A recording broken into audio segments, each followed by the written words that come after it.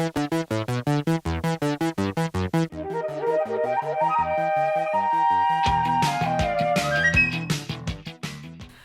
to Flute Space, a platform created to share interesting stories related to life as a flutist and discovering inspiring content in form of a podcast.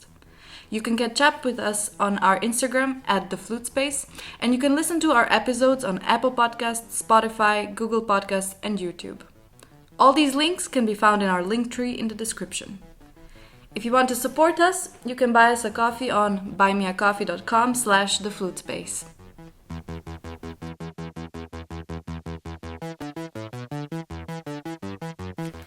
Today we talked with Veronika Vitazkova, a classical flutist and a world woodwind player. And she's also recording a lot for film music, and she's performing a lot, and she's also teaching music.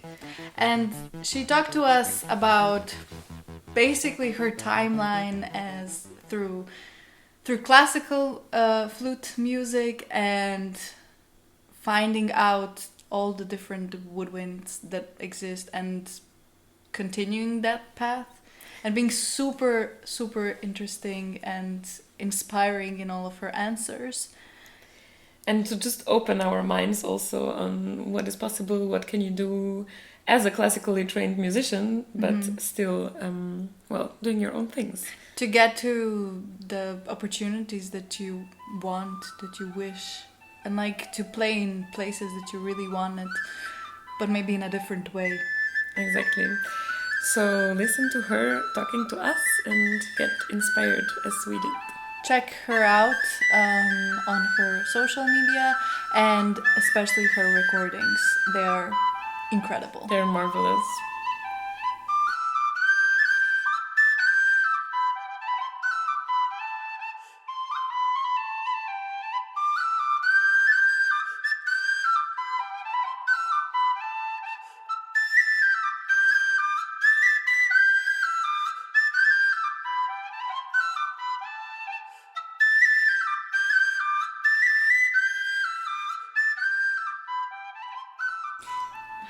So hi Veronika, thank you so much for being here with us. We're very happy to have you here. So to begin with, we wanted to ask if you could tell us something about your instrument timeline and how it all started, because you're playing quite more instruments than just the normal classical flute. Of course, sure. So it started, it's a long story, but I will try to keep it short. I started with the recorder as mostly every second kit, which starts with some instruments because it's a cheap plastic instrument which the parents can afford, and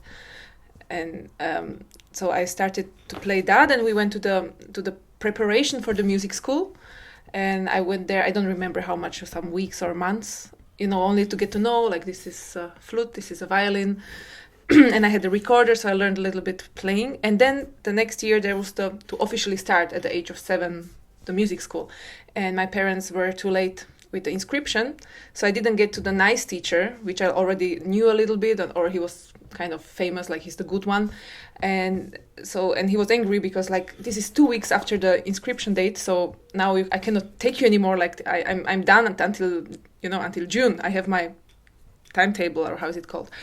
And he sent me to a bad teacher, and she was what's actually very good that he sent me to her, because then I stopped playing recorder.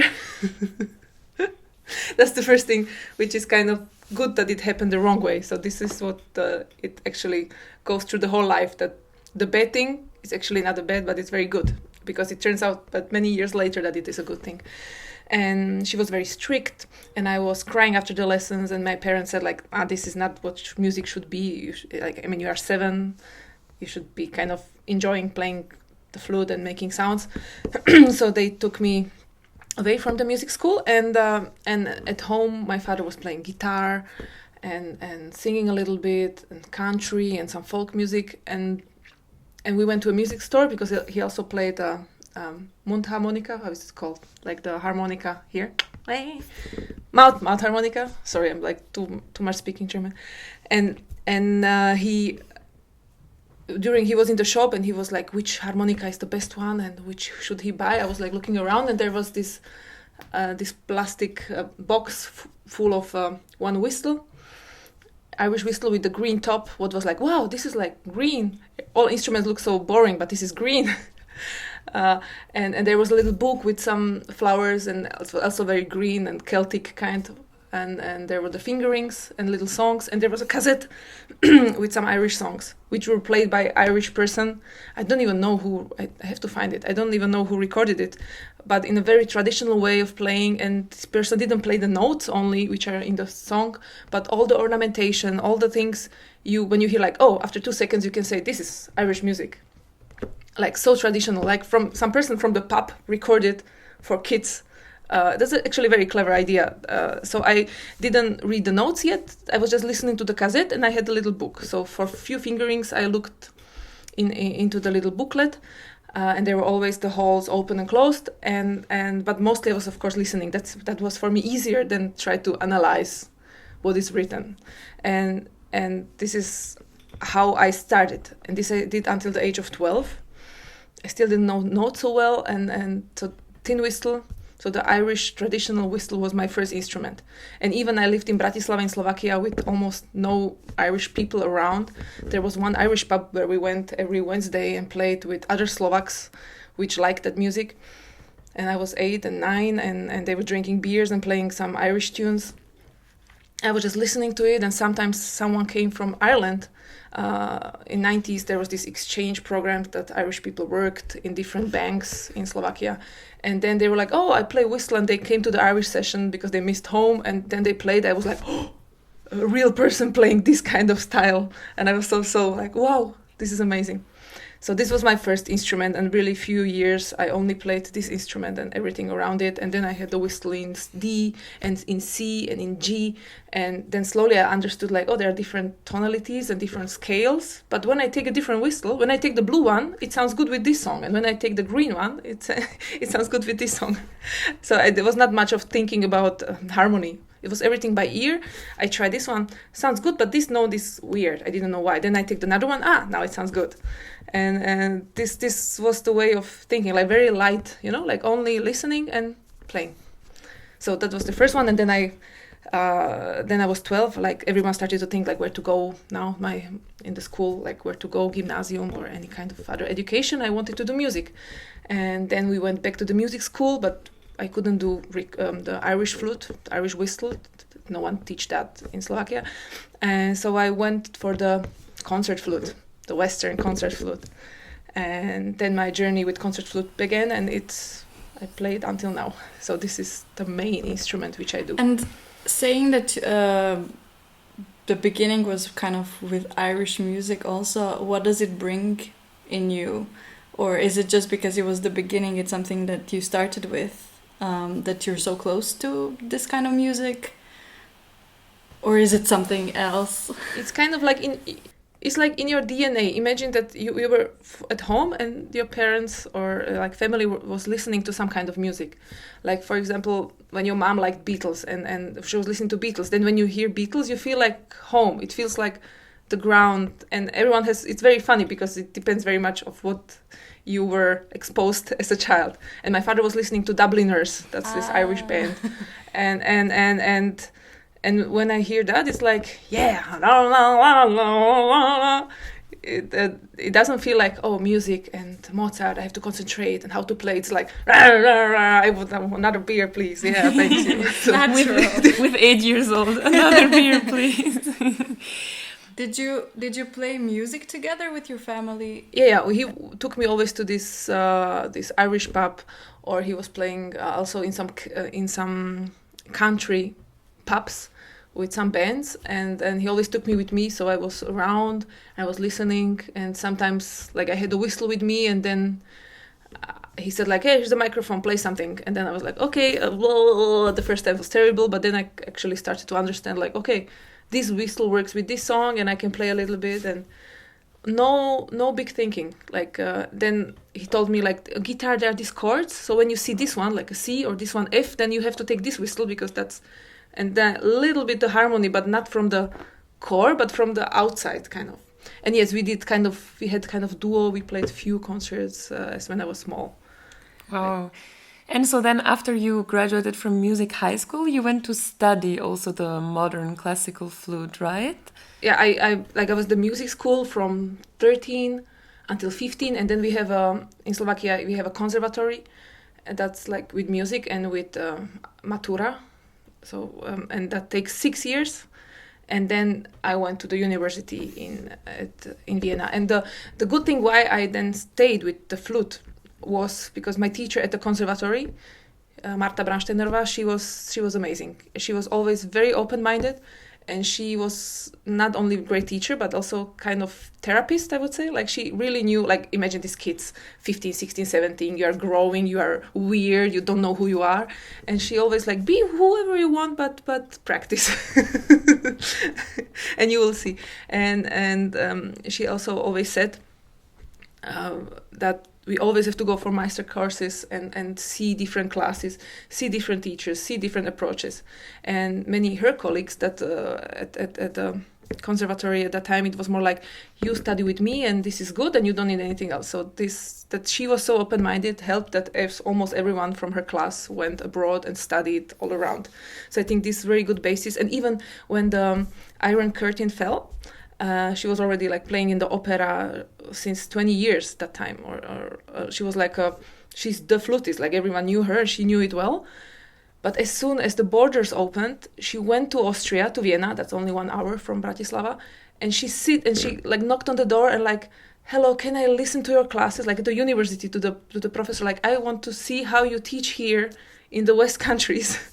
Because that's he had Schmeisser had a French school and like everything goes to Rampal and this direction, like the way of playing Mois, and she like went there, like, I have only this Russian system, but I know this sounds different. I want to know, what do you do? And imagine a lady, I know I don't remember, she was maybe 40 or almost 50, and she went there and she wanted to learn new things, and that's so also inspiring. Like, she would be fine, she would be doing great until like.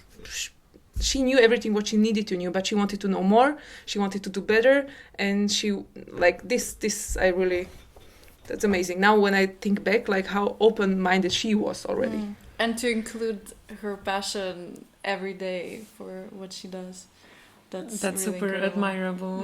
Mm-hmm.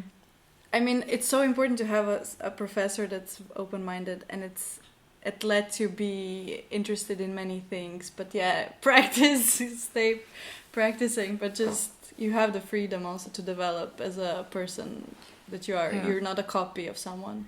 Exactly. She never said when I came, like, I play also this Irish whistle. She never came like, what? That's not music.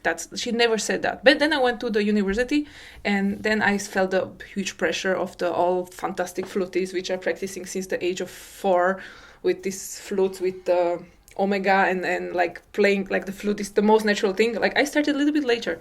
I started to read the notes a little bit later and to understand the classical music a little bit later. So I have this different, and I always thought that it's kind of disadvantage for me, that I'm too late with everything, and there are kids which already knew so much repertoire when I only started to learn Andante C-dur from Mozart, like always felt a little bit behind, but I was not.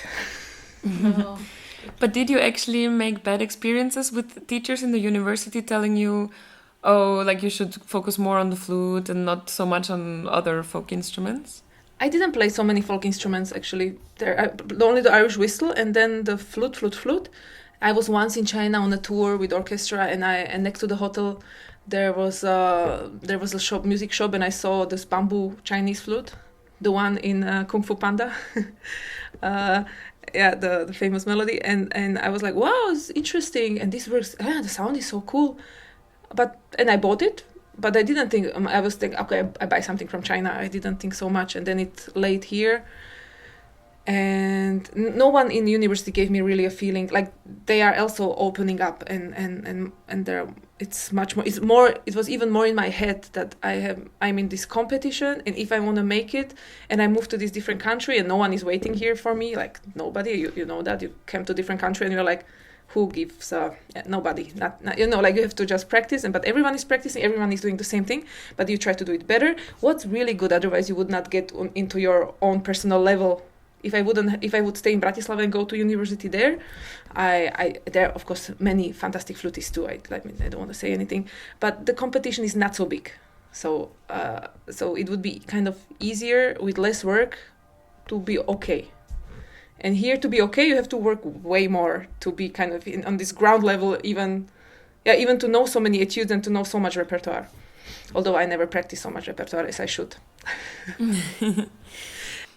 Talking about practicing, what instrument are you currently practicing the most, and how do you try to kind of split your practice time?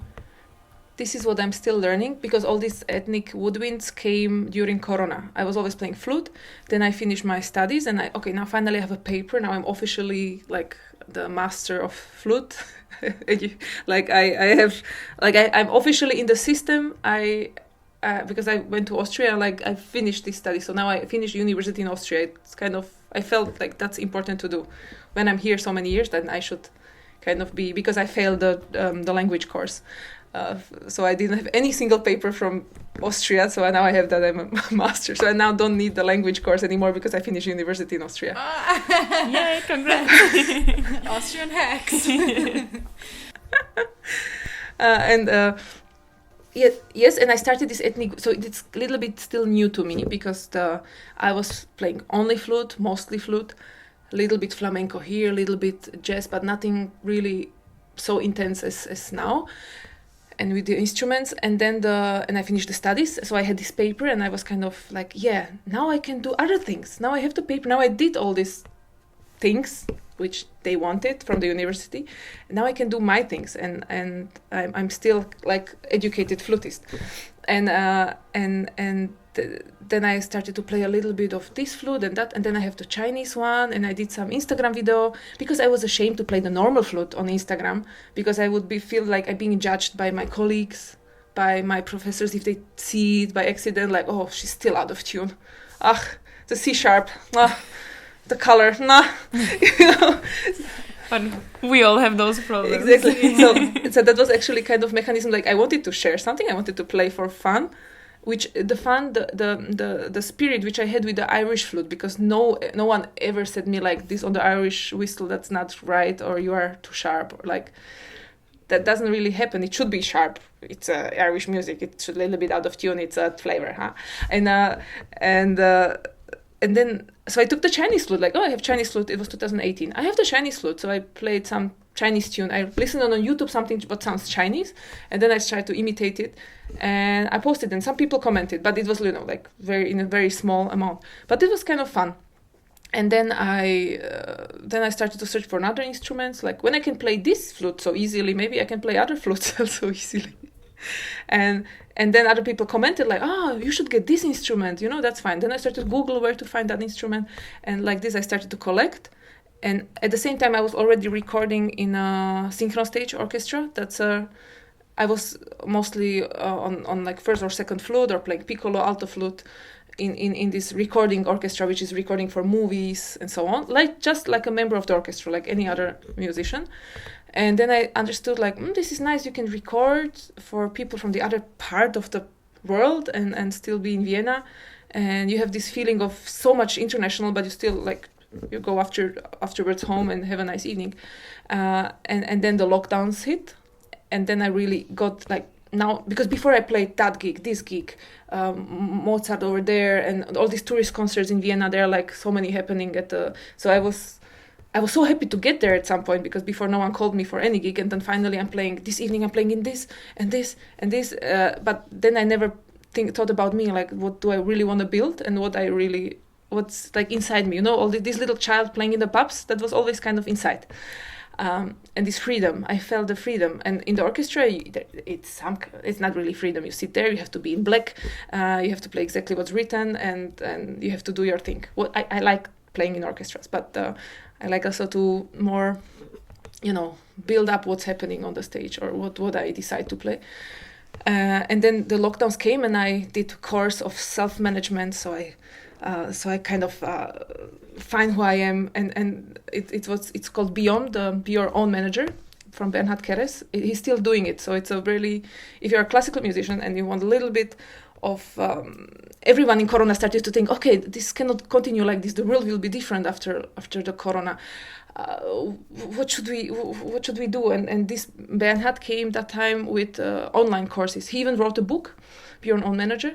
But this time he started to make once a week online course talking about different things, about even the basic things like have a website. You have to be on social media. You have to have videos of you playing if you want that ever someone books you for anything. You have to be out there, and you have to know who you are and what's your why, all these questions which are kind of typical for this area. But when you are at the uni and practicing flute, you are not thinking about this. You are just practicing and hoping you win audition, and that the old story which everyone struggles with, some better and some worse, and it's always a big topic. It's like takes so much years of the life that you are just trying to get off the. Some people not, of course. Some people get into the orchestra right away, and he opened me and also the colleagues there so much, because we were not only flutists. I was a flutist. There was a guitar player. There was a pianist. There was a violin player having a little trio. Like, what are the steps? And to understand there are other people also thinking a little bit out of the box. And he gave the tools to don't be afraid of these things. And that was really valuable. And at the same time, all these questions, what do I really want? What do I want to do in 5 years? What do I want to do in 10 years? And like, I don't want to, in 10 years, I don't want to play these all tourist concerts again. Like in 10 years, I want to move somewhere. I want to do something. And to win an audition to a cool orchestra, that's really difficult. And I hate the pressure which is during the auditions, and I hate the competition because I see everyone is so different. Someone comes from a Latino background and he can play so good Latino American music. Why we have to all play the same kind of Mozart? And this was like the conflict. And I saw everyone is going through the same door, like with the head, and the door is closed, and everyone is trying to, and the strongest head gets through the door, and he made it. But around the door there are paths which are not explored. And you can make your own path. In retrospective, looking at the flute repertoire that you were doing during your studies and after, which pieces were you most drawn to? Like, were you drawn to pieces that had melodies that kind of reminded you of Tin Whistle, or were more folky, or was there a period that really attracted you? I love in Vienna. I love classical. I like the classic. I really enjoy Mozart. You can play it in many kind of little nuances, and that it would help me to get to some kind of level, because I wanted to have this kind of sound. I wanted to have this kind of control over the note, tone, and articulation. So I really like Mozart. But others I like Claude Bolling, and Piazzolla, and I think it's Khachaturian. This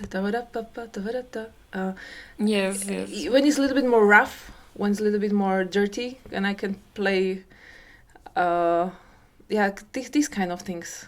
A little bit more, like not the Irish, because you cannot play exactly the Irish sound on the, because I'm making a vibrato. I'm making with over the hole, and you cannot really do that on the flute, because you have the keys, and it's not really working the same way. So that's the thing why I play the instruments which I play, these different kind of instruments, the way they sound, because that's not even, the other way is not possible. You cannot make two. It doesn't sound like the native instrument. This is what my specialty now. I'm trying to catch the atmosphere of that instrument.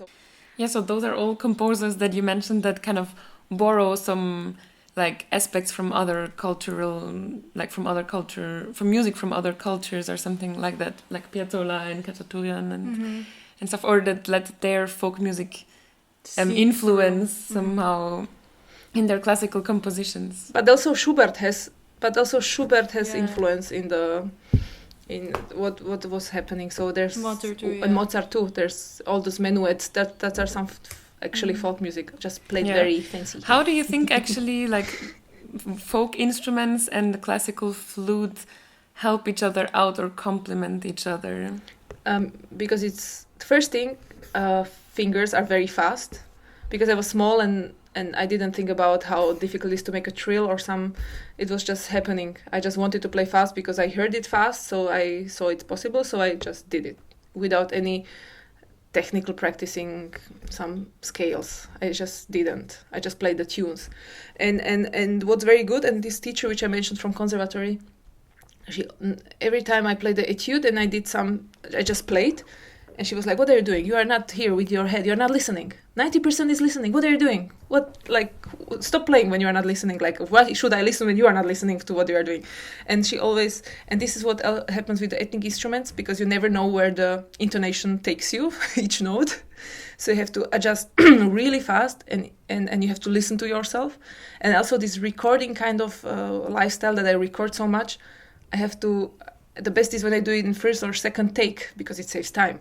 And so I'm listening to myself. As I'm playing, and at the same time, I try to imagine that I'm, that I'm the listener, player and the listener at the same time. And this helped the folk music, because you have to listen, and then you can play it. And when you look in the score and learn only the classical way, you see a note and you make a sound. You see a note and make a sound. And this is more like happening at the same time, like in your head and playing. So I think that's the thing. That's really hard to be at the same time a listener and a performer. It takes really a lot of practice. And I mean, everyone has this thing, a division of how do you sound while you're playing, and how do they hear you off stage, and how do you react also to what you feel at that moment. Because also time runs differently. Exactly. So no matter how many times you repeat a motif, to you it's many times, and then maybe it doesn't actually come out. But then there's like performers where they repeat, and you're like, okay, let's move on. Is it because they don't know the time? I don't know. Or maybe it's a point. Who knows? Yeah. Could you tell us about your favorite performance memory? Because for sure you have many different ones and many different settings also, like in normal conventional orchestras, but also like more open-minded things. It's a very difficult question. It's because you know for yourself sure that there's a very different aspects which you like. For example, the first thing which I always said, and it's still true, is when I played in the orchestra as a flutist with Ennio Morricone, and we played a tour in Europe, and we were in London, and for 20,000 people in O2 Arena we played, and even before we started the audience was ecstatic, and then you just like you get goosebumps before you start, because you know how cool it will be. And then these biggest songs of the movie history in the last century comes out, and you can play it, and then I had a 2-minute solo in one piece, and I played with the pianist, and then the strings come, like that was a very long, huge highlight for me to play that. And so definitely that was the flute. And then I managed to learn pan flute, the Romanian pan flute, in 5 weeks, and I played with Tonkünstlő Orchestra, a solo concert, a solo piece for pan flute and orchestra. So I learned that's not easy instrument, definitely not, and it was very dare of me to try that. And these 5 weeks I was practicing every single day for 5 hours, and but now I can play pan flute, and it was really, I had some stress before, but then I actually managed, and that was also very nice. And few weeks before there was an audition for Tonkünstlő Orchestra for the flute, and I didn't go. I was already like, I'm not doing this. This is always looking, when's the deadline? Maybe I signed for the last day, and then I missed it. Pity. It was like these mind games in my head. Like I don't really want to go there, but I should, because that's what I'm supposed to do. And then a few weeks later, I played their solo with orchestra. On a different instrument. That doesn't matter. I'm doing music, whatever instrument I can. Doesn't matter. I play music, and that was beautiful, because kind of this the switch in the mind that everyone was trying to get the position to sit, and of course this was just one concert. They have they get money every month and play their whole life. But I like this exchange to play there, and that started to happen. So the pan flute, or I played with the Radio Symphony Orchestra, Irish Steel Whistle. It's a program Hollywood in Vienna, and then I sit there with the best musicians of Vienna, and I just play my whistle. I do my Irish thing in the one of the best movie scores ever, and that just that made me so happy. And there are many more, even when this is not big hall and not a big concert, a important event, but something very small. For example, we did balcony concerts during lockdown, so we keep practicing. We did every Sunday. There was this thing that the Italians started, I think. There was this one Sunday they played at 6 in the evening. They played for nurses and the personnel, like they played from the balconies. Everyone at 6 o'clock, and we keep doing it. We just did every Sunday at 6 o'clock. So we did like 13 concerts with my husband, his violinist, and we had a roommate. She was also a violinist. So we did all kind of trios for 3 violins, but I was playing the first voice on the flute. And that was also nice because people, like our neighbors, were watching from their balconies or windows. And we had a WhatsApp group for the whole house, and or the people were on the street listening because they knew, it's Sunday 6 o'clock, like they will be doing music. It's something very small, and there was no money for it, but it kept us motivated to practice, because why should you practice when there's nothing going on? I mean, you should, but it's different when you know that you have some new program every week and you want to play something new, and that was also... You need to set your own goals and motivate yourself. It's a big part of it. It was very hard during COVID to find those own goals. Well, so now you were saying that you had to practice for 5 hours a day to learn to play this pan flute with Tonkünstlerorchester. How do you deal with switching instruments? Like, for example, when you had to play a lot of pan flute, was it then weird to switch back to normal flute? Like, how do you deal with having different embouchures for every instrument, and how do you do it? Pan flute is not really a problem because it's the same flute embouchure, but the problem is that you have to go, there's like 22 different head joints next to each other, and you have to jump from, like, the problem was jumping from head joint to head joint. That was and you have to, it's like a violin that you learn exactly where to jump, and this is like you have to do it with the movement with the hands, a little bit with the head, that you know exactly where to go. So it was like tuti, tuti, titu. So, but that was not about this so much. That's the really challenging one is duduk. I started during Corona. I ordered that instrument from Armenian maker, and I even had lessons with the son of this maker. We became friends. We never met. He lives in Boston, but we became friends because every time I have a problem, this doesn't sound right. What do I do wrong? And then we had like online WhatsApp meeting, and he showed, no, you're pressing too much. What are you doing? Stop it. And he has this Armenian way of like very directly, like, what the shit are you doing? And I like that because it's very, very open. So I would say duduk is the biggest challenge, and switching back to flute, because we play like this. You have to blow up your cheeks, okay. Yeah, it's totally relaxed, and that's also very good because then on the flute I'm also relaxed. But this is what I'm practicing when I still have to play flutes, of course, because in between I'm playing this orchestra or some concerts. I'm playing flute, and then I take for 20 minutes duduk, and then back to flute, so the switching. We are not used to it in Europe, but in America they are playing these musicals. I think there are like all these double winds. They play from oboe until saxophone, every instrument, and the piccolo sounds still decent. Like we are just not used to it here, I think. Yeah, the one mannerism. But duduk is such a nice instrument. I fell in love with that. I heard one of your recordings. I mean, you just recorded a bit from Narnia, and Narnia has a special place in my heart. And that melody is so enchanting. And then listening to like really original music from Armenia, from other countries that use duduk, it's so cool. It's an incredible instrument. I agree. I fell in love, and this was also during the lockdowns. Because I was afraid that when I played now, I will totally destroy my flute sound. And, like you're working so hard to have this decent flute sound.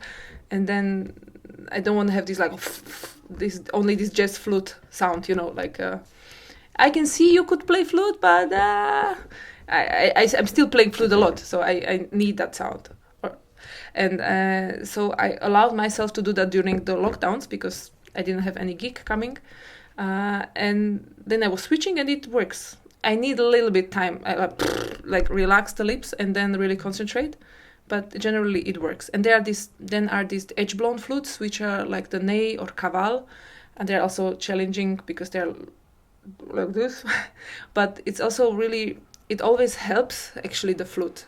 What's the best thing? Of course, the muscles get used to it. You practice, you switch, and then you know you have to do this and this, and you need breaks between.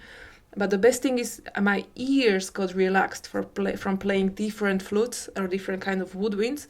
And when I go back to flute, it's like I'm exploring again the instrument. And I can hear it on my sound and it makes me happy. And I mean, when I'm happy, it should kind of go to the others too, to the listeners. So I'm more lively. I'm playing that because before when you're just practicing tafanel and moise and etude and some piece, and then you play and all the time flute and the flute doesn't sound right today. What am I doing wrong? I don't feel good. Oh, today I'm great. But it's all the time only this instrument. But when you're switching, you have not time to analyze so much. You just have to play, and it has to work and it has to be beautiful. When the music is beautiful, it should be like the kind of sound which you want. And it's more like imagine like going a week to have relaxation and then you go back to play music. Isn't it wonderful to play music again? So I have a little bit this feeling with switching instruments. And then, for example, because duduk has a very special way or like very different way of using vibrato, and how do you see the vibrato used in each instrument, and what way is it important to know about it? I'm always, when I take this lesson I'm generally from the Irish flute, Irish whistle, since my childhood. I've always had problems with vibrato because I never did any. I think the music is, then I was thinking I should be clarinet player. I don't like vibrato. Like non-vibrato is like, the music has to be so beautiful without vibrato as well. We don't need to put all this sugar on the top. And then my teachers, no, you listen to yourself, listen because I thought I'm doing already some vibrato. No, you are not. And then I was like recorded myself and heard like, oh, it's just it's like something has to be happening. So then I understood, yes, I have to do some vibrato. And duduk has a very special technique. It's only with the cheeks.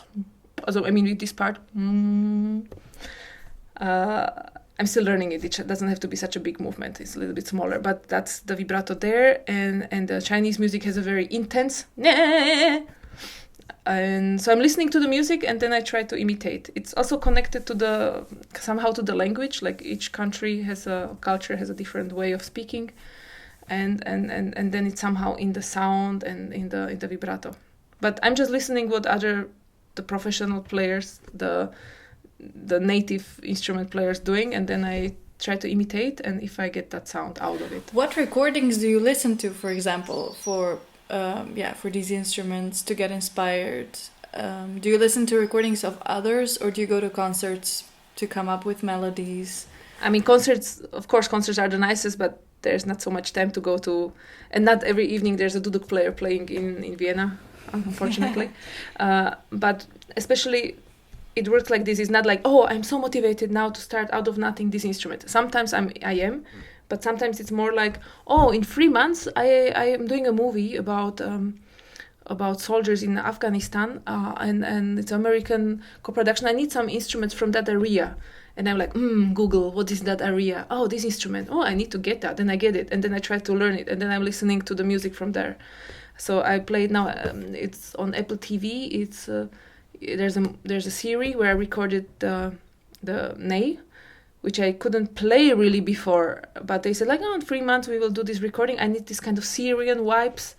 So I was like, oh, I know one Syrian guy. They have a band. There's one Syrian ney player. Oh, like what's his name? That's his name. Okay, then I just wrote him like, hey, can I come over to your place? Do you have maybe some instrument to sell? And then I had the black tea with him.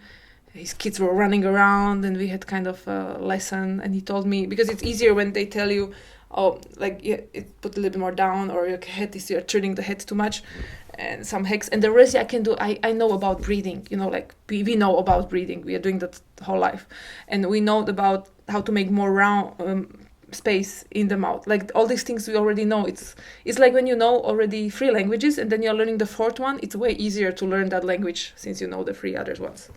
So I get motivated to learn the new instrument because there's something coming up or I like it, and then I find a way how to learn it, and then it's the lifelong procedure to get better. And how is it to hear yourself in a recording, part of the story, part of the whole soundtrack in a movie? Do you actually always watch the movies and series where you recorded the music for? Yeah, sure. Okay, I didn't hear the BBC Frozen Planet because it's not here, and I didn't hear the Apple TV things because I don't have Apple TV. I have to find someone who has a password for some account. But otherwise, what I can watch, then I watch, or at least many times is the music on Spotify already, so then I listen to it. And it's really relaxing because, there's the best take is there, and there's nice reverb on it, and it sounds cool, and it's like, oh, it's me, but it will not go wrong, because normally when you record yourself, they're like, nice, I'm too sharp here, nice, this didn't work, and now this is already the cleaned one, this is the best one, this is the ultimate one, so you're like, you're expecting something happens, but nothing happens, because this is the good one. so it's very nice. That's so bad. No, we are trained to listen to ourselves, waiting for something bad to happen. Exactly. And then we're surprised when actually it sounds fine. But is there do you find that there's a particular way wind instruments are used in soundtracks? Yes, there are lots of this. If you imagine an Arabic space, then it's all the time this. He just this. It's this typical melody. And there is much more, but you when you see this kind of landscape and people suffering and the weather, then you imagine exactly this music. Or when there are mountains, then you imagine the duduk and the some people experiment, but very many people go for the this will work, this will make the people soft inside, and it works perfectly, but some people experiment, but it's not only about the composers, it's about the producers, what they want from the composers to be done. Like the composer can come with many crazy ideas, but the producer says, no, I want this, that it sounds similar as in this movie because it worked in that movie, and people are expecting this scene to... So this is why everything sounds a little bit similar, because people are afraid to do something totally crazy. If you are very famous and very big, then you can come with own stuff. Like Hans Zimmer did on Dune, he used kind of styles which are used in the 70s in the contemporary music. But if some other guy does that, then it's like, no, we want that what Hans Zimmer used in the movies which always worked. So I think it's very complex. It's a pyramid of who has which position. We could say that you're a very up-to-date performer and musician. How do you think the life of a classical musician will change in the future? There will be still orchestras and working, but I don't think there will be so many positions, because the university system which was built in 80s, 90s, when we needed people in the orchestras, or after the war there were like no musicians, you needed some musicians which even play oboe, which even play these instruments, but now they took so many professors. Now these professors need the students, and every year there are so many students, very good ones, musicians coming out, and everyone educated for the same thing, but there are not enough positions for this education, for these positions. So I think it's already changing. Also, all these kind of podcasts and that the classical musicians are thinking differently, or this course which I did, Be Your Own Manager, that I had to understand that I was studying flute and I was waited, someone will knock on the door, or I get the email like, oh, can you come here and play here? That's not happening from alone, never. Maybe for someone it didn't happen for me. And that you are a product. You want to sell something, you have some ideas, you have something unique, or know what the others had, because I have this background in playing in garage and in the pubs and playing by ear, and this is my kind of benchmark. Like it's thing what divides me from other people a lot. And there's other flutists which was listening to and were brought up in a jazz environment or Latin music, and he can play so effortlessly Latin American music and all these styles that I'm dreaming of that I can. I'm learning it a little bit, but he's like it's in his blood.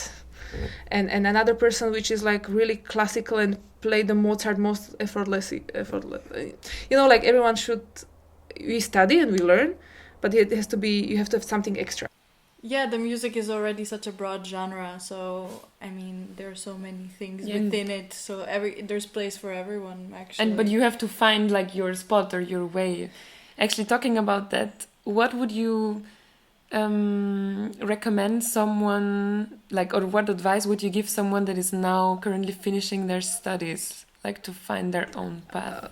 To ask themselves what they really want, because also when you are doing music and you're finishing studies doesn't mean that, because sometimes you do music because your parents want it and then you continue because you're actually good, but it's maybe not exactly what you wanted. Maybe you like, I was thinking when I had like crisis, I don't want to play flute, I was like, oh, maybe I want to do management, like managing someone, because my passion is to speak with, talk always to new people and starting projects and like this new fire, like I like that. So I was like, if I stop playing flute, it doesn't mean that it's a total fail. I can still play, like if I'm not getting a place in the orchestra, it's not a fail. I can do many other things. I can still build my own trio or quartet, or and then with them collaborate with composers and play music which fits me the best. There are plenty of possibilities, and during you play, it doesn't matter, you can play different instrument too. It's not like you are a flutist, that doesn't mean that you cannot play piano when you learned piano until you went to the university. You can be still a very also pianist and a flutist together. It's not forbidden. And that you play saxophone maybe, or you are really good with language and you can play concerts and also read some poetry or stories and include it in your playing, and there are so many possibilities. Only this I was always thinking like in Vienna we have lots of these horses with the klappen on the side, so they're not distracted from the cars and everything in the city. So, and you need this a little bit so you get good in something, otherwise you're all the time like distracted and never and never doing something properly. I'm happy I had the university, otherwise I would be just playing in pub there and this, and never get high quality education. And it's also good, but also to know where to put it away and look around, like, who am I? What do I want? And especially the questions, what would I do even if it's for free? Like, what would I do now? Like, if you get paid for it or nothing, of course we need to get paid because we want to live normal lives with everything. But imagine if the money wouldn't matter, what if you would be doing exactly this too, and like what would be your project of passion, and if you can imagine it doing 10 years later too. And for me it was playing different styles, playing with very good musicians, and be inspired every time I'm playing with someone, that I'm next to someone like, wow, this is possible, I didn't know, wow, I have to learn that, or I have to I just want to enjoy. And so I always want to play with better people than I am, so I can get so much. It just charged me so much for next month. Like, wow, this is, and the way of thinking when the people are like open-minded and thinking so in the future. Like for me, it's Alexei Igudesman. He's a violinist. They have this funny duo, Igudesman and Jew, and he's based in Vienna, and he's a violinist and classical and amazing violinist, but he's also a comedian. But he also writes music. And he didn't study composition, I think, but he writes music what fits for the violin, and then he like he writes music, and then you take it to the publisher, and then you have wrote a piece, and then maybe some orchestra plays it, and boom, and he comes with so many ideas. You could do this and this and this and this. You just have to enjoy what you're doing, and then everything else will kind of, you will find a way how to survive and pay rent, but. When it doesn't come from this passion that you want to do it, it's not sustainable. You will burn out, or you will switch at some point because you cannot do this anymore. This is such great advice. That's super great advice. It really is the questions, we have to think about and answer for ourselves. But having said all of that, what projects are you currently working on? So there are some NDAs which I cannot talk about, so the non-disclosure agreements. That's something is coming. That's always cool to say, the composer, I'm just working on something very big, but I cannot tell what it is. But stay tuned. Yeah, it's always like dot. It's always like something I recorded, but it's coming out next year. Or it's so sometimes I'm so excited, but I cannot share. I'm recording something, but I cannot tell what. But I'm doing some libraries. That's kind of more boring, but also very challenging. So you get better on the instrument, and you learn the own borders. What I'm doing, and I'm practicing a lot duduk because I'm playing next month with at the Krakow Film Festival. It's also very funny. I just started to learn duduk. The Corona started. Then a Polish composer reached out to me, and he was like, I love the way you play, and he was like, can you play on? I would love you have to on my soundtrack. The movie is called Broad Peak. It's on Netflix. So I played duduk, and I remember recording it. I was like, it's so difficult because I got really tired really fast because I was not used to play 2 hours in a row, but I recorded it. It sounds decent, and they liked it. And now they asked me to perform it at the film festival. So now I will play for the first time in my life solo duduk with an orchestra, the music which I recorded when I started to learn duduk. So it's like. So that's and that's the direction I want to go. It's not only I want to be in a studio and never go out. I love to play live and with people, and this is like the dream coming true. So that's so totally cool. And then next month in June I will go to Duisburg and play with Duisburg Philharmonica a piece for Kena and a Peruvian pan flute. Was again a big challenge because I never played Peruvian pan flute, and I ordered one, and it's not such a good instrument. And now I need the people which will help me with the tuning. And I have like 2 months to make it work, but that's also so exciting. So these are like, and also still recording. And this is the beautiful thing. Before I was I was classical flutist only. And I didn't have a website, so people didn't, and I didn't have social media, so no one reached out like, oh, I would like you to have on this recording, I'd like to have you on this one. Now it's not like I'm not getting every day a new gig or new, but a few times a week I get email like, we just found you, like you were recommended to us, we would love to and like, this is incredible. I was like practicing in the room so many hours scales, so many years. And now people are just writing emails. We would love to work with you because we like the way you sound on this instrument, or we would like to have this kind of atmosphere on our project. And this is like, wow, this is for me the coolest. And of course, some projects are more difficult, some are easy. And the funny thing, I'm recording a lot of flute, also a classical flute, because the people know, oh, she's an ethnic woodwind player, but she's a flutist. And before, if I would be only flutist, they wouldn't even know about me, because there are many fantastic, way better flutists than I am. But since I'm doing these other things, it's kind of, when they know, they ask me, and they have contact, and they have like covered, or I record flute and other instruments too. So it's like in one person, they cover 5 different players. Wow, yeah. So it's a win-win situation. That sounds so rewarding, like, and really, I mean, it works when you just follow your own path and do what you like and what you're good at. It just works, and that's super nice. Yes, but I have to also say, I think it wouldn't be possible if I wouldn't, the lockdowns weren't. Because if they weren't lockdowns, I would just be playing and have to be working. And I live in Austria, I pay taxes here. And during the COVID, we had, like for the freelance musicians, we got like €1,000 a month for a whole year. So I felt, and I don't have any other, credits and other big things. We were sharing, even 3 of us, one flat. So I could be here and practice and learn more and watch YouTube and listen to Spotify. And I was listening a lot to different podcasts of people which I'm inspired from.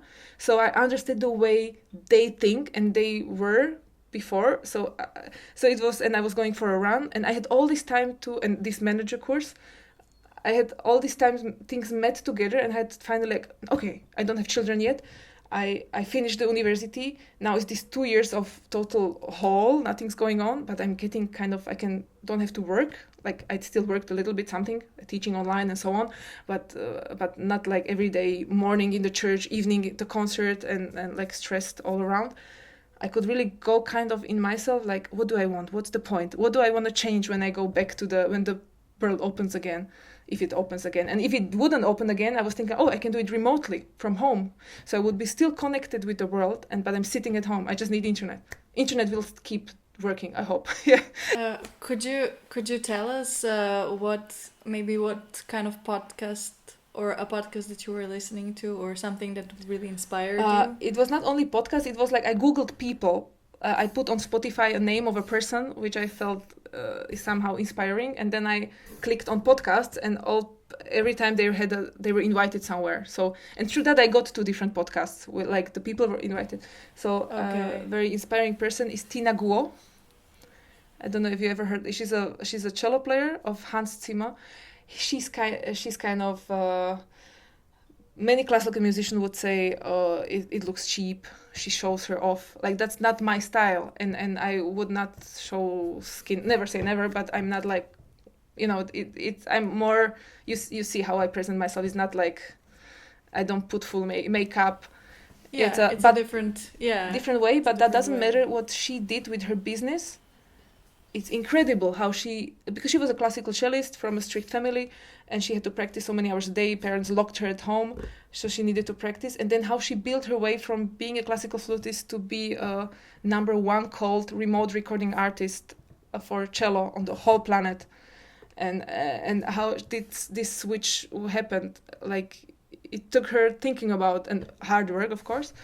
For example, there's a Pedro Eustache, also he's a flutist, but also plays all these different instruments, and he was the first inspiration. Like, he played duduk, but he's a flutist. I was like, when he can do that, maybe it's not impossible. When you already see someone doing it, then you see this path is not something impossible because someone did it. Only because you don't have in your 5 kilometers, you don't know anyone who does that, doesn't mean that you cannot do it. So I googled all these people which I found on social media, and I found like, wow, their path. Or I was like, because on the beginning it was like, why he and she has such an amazing life, and I'm on this, and I'm practicing and doing everything. Why? I was not envying, but you know this feeling, like, why they have such a success and I don't. Yeah, like, it's good. It's good to see different templates, and then you can already do something different. Yeah, and then you go like from this, like, only they had for sure way more money on the beginning, or they had this and this. That's not true. They understood the system, or they found themselves, and they had this passion. So when you have this why, then you know how, and that doesn't matter how difficult the how is, you know why. So you just keep going. Even the months come which are really bad and low and nothing's going on. I had just this 1 year which I switched kind of my thinking, and I still do the old things, of course. I'm not getting every day a few €1,000 gigs, not at all. I wish I would, but it's a progress, and this is a progress which it's sustainable, and I enjoy it, and nothing happens from one night. So, well, to kind of conclude, we have 3 fire questions for you. That means I have to answer fast. Yes. So the first one is, what is your favorite flute? I mean, I like the normal concert flute, because I can do everything on that. I spent my whole life with that instrument, so it's my Murama 2DS, which is I need to repair because it's make all the time. And it's definitely duduk, but that's technically not a flute anymore. It's kind of oboe, because it's a double reed instrument. But as we talked before, duduk cuts directly into your heart, and it's incredible what kind of sound you can make with such a kind of primitive instrument and old. And now I have a diawl. Oh, okay, I cannot say one, sorry. Yeah, there are many. Okay, a lot of instruments. Which background music would you choose for your life? Which soundtrack? Oh, I don't know, but I love minimal music. I'm a big fan of Steve Reich, but I don't know. Yeah, because minimal music, because it's all rolls. It's like very strong and it rolls, but it's like stable, but it rolls. And this is what I maybe I don't look like. I'm like, hey, but at some point I'm trying to, for example, this path with this music, which I'm in now, and I focus a lot on it. Like, I try to go step by step, one little step, because it's an unknown territory, but I don't know step, and then I learn about how to negotiate. Then I learn next step how to do this, and then I learn next step, I recorded something, but the microphone was zooming, so these 3 hours are for nothing, and we can throw everything away and do it again. But I learned I cannot put different plugs here and here. It doesn't work. It has to be in one plug, otherwise it makes bzzz. So I lose 3 years of my life, 3 hours of my life, but I hope I learn something for a lifetime. and so it's I think it would be minimal, like some like the hours from Philip Glass, something, and it's emotional too. It's like big lines, and I love to play big lines. Like it's a. So, and the last fire question: what is your favorite concert you have been to? Now we spoke about minimal music, and I think 15 years ago there was a Slovak ensemble, Veni ensemble, and they played Terry Riley in C. It's this piece, and then they changed da da da da da da da da da, and then long nothing and da da da da, and I remember it totally kind of I got to a different universe with that, because in that music it's classic, in that music is kind of jazz. It's also very primitive because these rhythms repeating. It's like in the very base of humanity, these rhythms and drumming. So I remember that took like 1.5 hours the piece, and it felt like 5 minutes. I was just in a different universe. But also when I hear someone playing insanely good any instruments, and that I just go to a flow. If I would say anything concrete, then it would be that, okay, I mentioned this one, but why didn't I mention these other 5? Yeah, of course. It's difficult to choose. But thank you so much for answering our questions and talking to us. This was very, very interesting and amazing to hear. Yes. Oh, thank you. So I hope, because I'm on the same, we are on the same boat, everyone. It's always like how I approach the things and what I carry on my back from before, the good and the bad things, and how I work with it. And so it's nice to hear and share. Yes. So guys, check her out.